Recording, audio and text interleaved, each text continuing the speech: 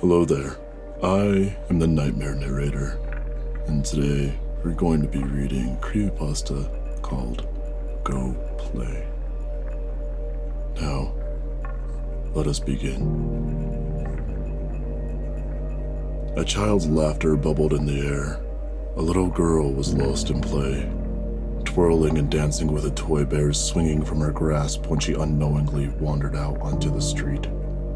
The whine of the brakes led in a grating shriek was all that she would hear before it happened. The scream of grinding metal turned her away from her beloved toy. It was all so sudden. Joy was still caught in her eyes even as the terror flooded in. Putrid smoke swirled from burnt rubber as the bulky tires slid across the asphalt. By the time the air brakes hissed, it was done. An old man came scrambling by as quickly as he could, dragging his walker behind him. He moved on pure adrenaline, ignoring the condition that has tormented his joints for most of his years as a senior citizen. He was screaming her name. The bus driver stepped out and threw his hands over his mouth as he heaved a laminating chorus of guilt-ridden dread. He staggered back, staring at her, eyes white and hands trembling. The old man cursed him as he went past, demanding that he contact an ambulance. The driver did, stammering panicked confusion to the operator on the line. The old man fell in beside the little girl. She held out a frail, tremulous arm, covered with bloody gashes and black grease from the radiator that had struck her down. She was pointing toward the heavens when she spoke her final words. Papa, look, she said, her voice weak but touched by wonder. There's a girl. She's beautiful. Then her arm collapsed, falling with the faintest thud beside a rainbow-colored teddy bear. Before long, she was asleep, never to wake again. 101, like a cruel joke. God had to add one more year. It was the morning of Gerald Heydrich's birthday, and as always, not a soul came to visit him, nor would he receive them with warm praise if they had. These days he found the fair ex-toll of one's success at escaping the ever-tricky hand of death to live yet another year upon this bleak and miserable earth, a borderline insult. And he took it to mean as much. Most bothered not to disrupt the weird old man, even when he was exploring the vacant halls of the hospital with delight upon his haggard old face. If he ever did smile, it would no doubt be perceived by now as a mere bait to offer him an ear to chastise. A honey trap, if you will. Leaning over his walker and dragging along with him his IV pole, he went about his business, carrying a gaily rainbow teddy bear by its stuffed paw. The dirty old toy dangled from his lissome fingers as he labored along his way, merrily forsaken. Gerald was often misunderstood as a despondent fellow with a little gratitude and a whole lot of temper. There were a few that understood the truth.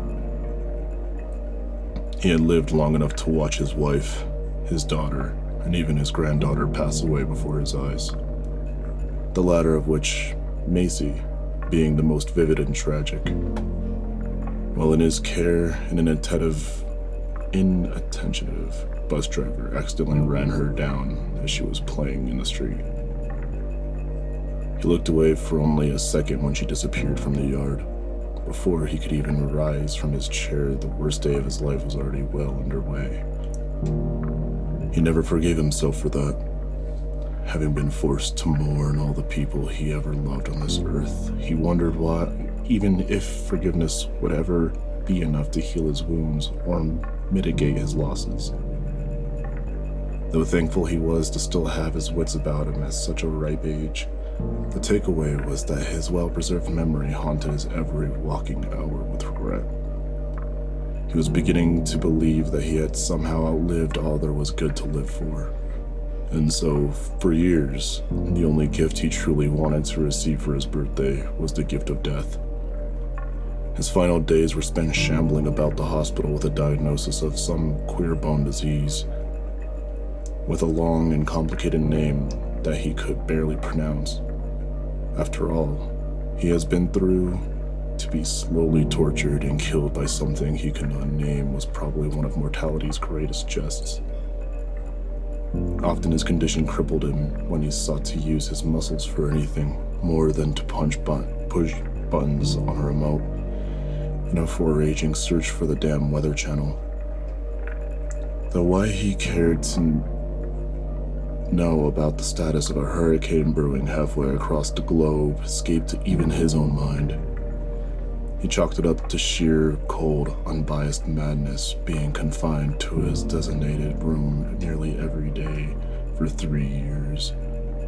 Recalling the astronomical fees he had once gotten after spending the night at a hospital in his younger years, he wondered how much of his social security would remain once he finally kicked the bucket. Or rather, would they just pull the plug the moment the piggy bank went dry? Either way, good riddance. Here, they just poked him with needles and prolonged his end. No one should ever outstay its welcome. However, just ask anyone who watched that godforsaken Lord of the Rings movie. It was only a few weeks past that he finally found the meaning to go on living again. She was a new patient he had met by chance, working his way down the hall to scold some nurse for some distant reason he could no longer recall. A little girl with a mom who needed special care for her daughter whilst she tried to carry on with her full-time job without having a mental breakdown. She was beautiful, clad in a plush white gown, with the biggest, brightest blue eyes he had ever seen. The girl sat upon a cloud as tranquil as an angel, looking onto him with a brilliant smile that instantly melted his heart. She asked him why he wasn't so angry. He had explained, and that made her laugh. Her words that would follow that initial exchange he would carry with him until the end of his days. Life's too short, She protested, her smile never faltering. Then the elevator doors her nurse had been waiting for unopened like a grand gates to heaven he no longer believed in. And they were gone. Gerald soon found her again and had since spent countless hours with her, reminiscing on the trials of his long life and sharing magical tales of fantasy. She was his friend, the last friend he had, and a friend he knew he would not have long with. He told her about his days in the service. He was a medic. He didn't much like firing that awful rifle they made him carry around like some glorified world security guard. But he loved to take care of people.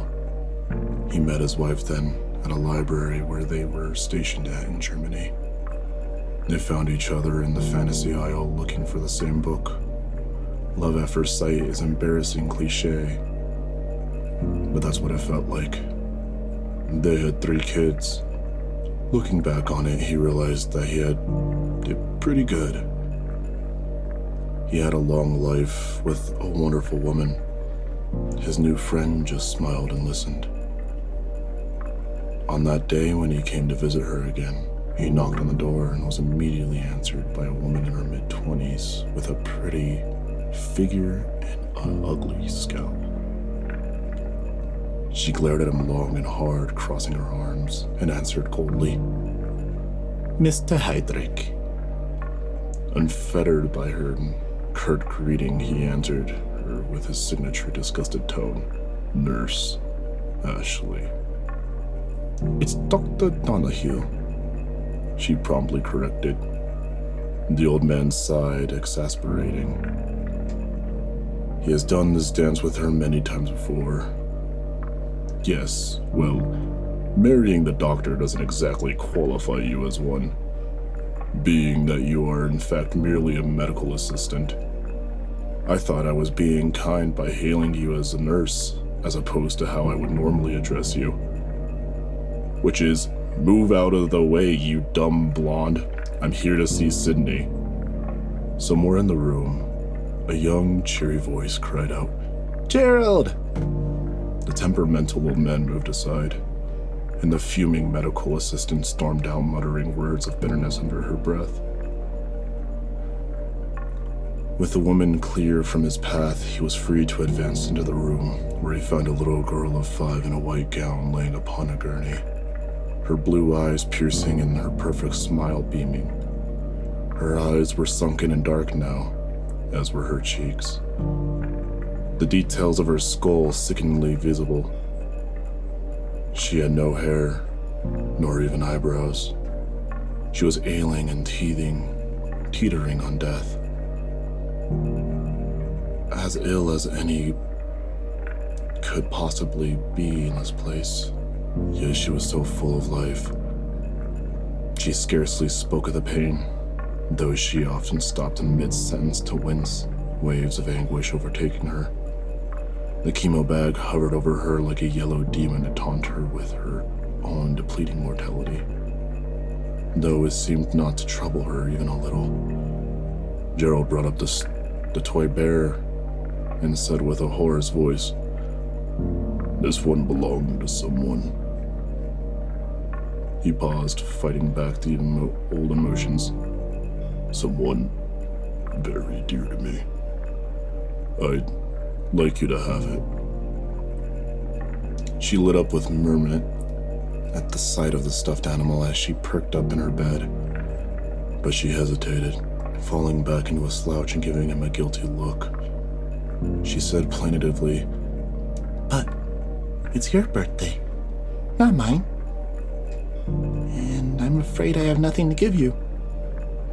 "Your time is more valuable to me than any gift that anyone could possibly receive," he said, smiling, his outstretched arm starting to shake under the weight of the bear. Still, she was reluctant to accept, drawing from the old man a choke of laughter tainted with frustration as he insisted in a tone that was almost a plea. "Please, Sydney, just take it." Eagerly, she snatched the toy from his hand and pulled it in for a deep, loving embrace. Gerald turned and used his walker to carefully easy himself on the edge of her bed. Again, he smiled, admiring the girl. "You know, that bear has not been held like that in many years." Nearly bouncing with exuberance that made Gerald exhausted even to watch. The girl held the stuffed animal against her cheek and sang joyously, "Thank you, thank you, thank you!" "You're very welcome, my dear." After a moment, she flashed him a curious look and asked, Could you maybe tell me another one of your stories? Gerald gave her a tired glance in return, feigning irresolution. Please, she pleaded, squeezing the bear in her arms. They make me feel strong. The old man then conceded with a weary grin, saying, "Oh, all right." And so he began. Once long ago, tales of his life's triumphs and fantasies about swords and sorcery enveloped her mind. He wove her a web of imagination that expanded beyond time and the universe, and suddenly they were whisked away to another world. He was the bard that guided her journey, and she was a mounted warrior woman with a bow and arrow, and a rainbow bear. It was so much fun, but it didn't take her too long to fall asleep. He left praying he would have the chance to tell her just one more tale in the morning. And yet, one more still the next day, and the next day. No more than a month had passed before her condition grew worse. No more than a dream away had she been in Gerald's life. It was only then he understood why he came to adore the sweet, gregarious little girl from only a few doors down. After a century of breathing, seeing 3 women that he so dearly loved slip from his fingers, and carrying on with a life he no longer cherished, he found a friend who reminded him how to love again. This innocent little girl found death before a man who has lived well beyond his years could even find happiness again. Through his stories, he knew she lived ages, and through her adventurous spirit, he rediscovered his own worth. So young she passed, never knowing her first kiss, never worrying of taxes, or stressing over traffic, or paying bills, wanting only to be a child and to have a friend to play with. Though Gerald wasn't much for playing games, he was, however, particularly fond of telling stories, and that seemed quite enough for her. She would ooh and ah, asking how and why, always intrigued, always listening. She feared sleep, and often begged Gerald to stay up past his hour to tell her the tales of a man who had a full life to live. Those were her favorite stories, the true ones. He never quite understood why until it was too late. Always when it was too late. One morning a knock came at his door. The medical assistant barged in and announced, "Mr. Heydrich." She let it hang, as scornful women often did when uttering a name, that which they so very much despise. "You have a visitor." She helped him out of his bed, and after he found his balance upon his walker, he made for the door, allowing the Dr. Donahue to lead the way. A young lady in a red and black dress was waiting for him. Her flowing blonde hair was held back in a messy bun, and her heavy curls were hanging at either side of her scalp like spiraling Christmas tree ornaments. In her hand, she was carrying the gift he had given to Sydney, the rainbow bear. He nodded to Dr. Donahue and said, "Thank you, Nurse Ash." The Ly from her formal maiden name, Ashley, now lost to him by his nagging contempt. "I'll take it from here." "It's Dr. Donahue," she seethed. Don't you have a few years of college to complete somewhere?" He fired back. Groaning, she stomped off down the hall, muttering her disdain as always. Gerald gave his confused visitor a contrite glance. "I'm sorry about that. How can I help you?" "Are you Gerald Heydrich?" the young woman inquired, her beautiful voice like smooth silk to his ears. "Yes, I am." She stammered, her face turning flush. "I'm Denise Wright, Sydney's mother." "Oh, I am so deeply sorry for your loss," he said with dolor, wondering how white his face had just gone. "She was a friend." "I know." She was looking down at the bear now, trying to contain her sorrow. It was a look that he was quite familiar with himself. "She talked about you moments before her passing. She made me promise that I return this to you." She held up the toy. "She kept saying that Macy wants you to have it, that Macy wants you to remember, that she is still with you, that they all are." If it hadn't gone white before, he was sure that not as pale as a ghost in that moment. He swallowed hard, his quivering hands reaching to accept the stuffed animal. She took them in hers. They were warm and gentle, but strong. She pressed the bear into his wan grasp. Gerald noticed hard clauses from many hours of scrubbing dishes and cleaning the kitchen she worked at.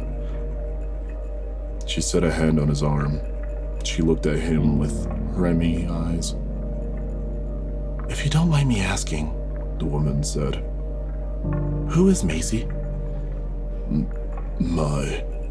His words were caught in his throat. "My granddaughter. She passed years ago." A tear broke from her lashes and ran down her face. "Oh, I'm sorry." She paused to collect her thoughts. She looked so very tired. Sydney told us how she made a friend who had so many wonderful stories.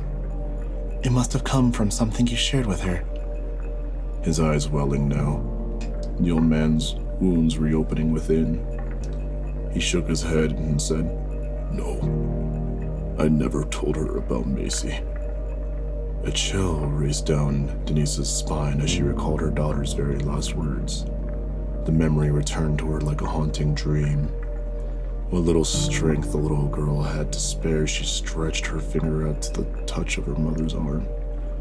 Tears moistened her cheeks as she accepted her tiny, gold hand into the warmth of her hands and asked, "What is it, darling?" "Mommy," Sydney breathed weakly, hot with fever. "Can I go play now? Macy wants to play." She leaned in and kissed her daughter on the forehead, her tears dripping upon her rosy nose. Forcing a smile, she answered, "Go on, Sydney. Go play." She imagined they were the hardest words a mother could ever say to her child. When the heart monitor flatlined in her hand when still she knew it was true. Her mother moved in to rest her head upon her daughter's quiet chest, and she sobbed. Her elbow knocked into the teddy bear at her side, sending it trembling to the floor. When it fell, there came a faint sound on the languid air, like the sigh of waves crashing on a somnolent shore. Denise pricked her ears and lifted her head. She swore she heard something over the screaming heart monitor. Something like children laughing in play.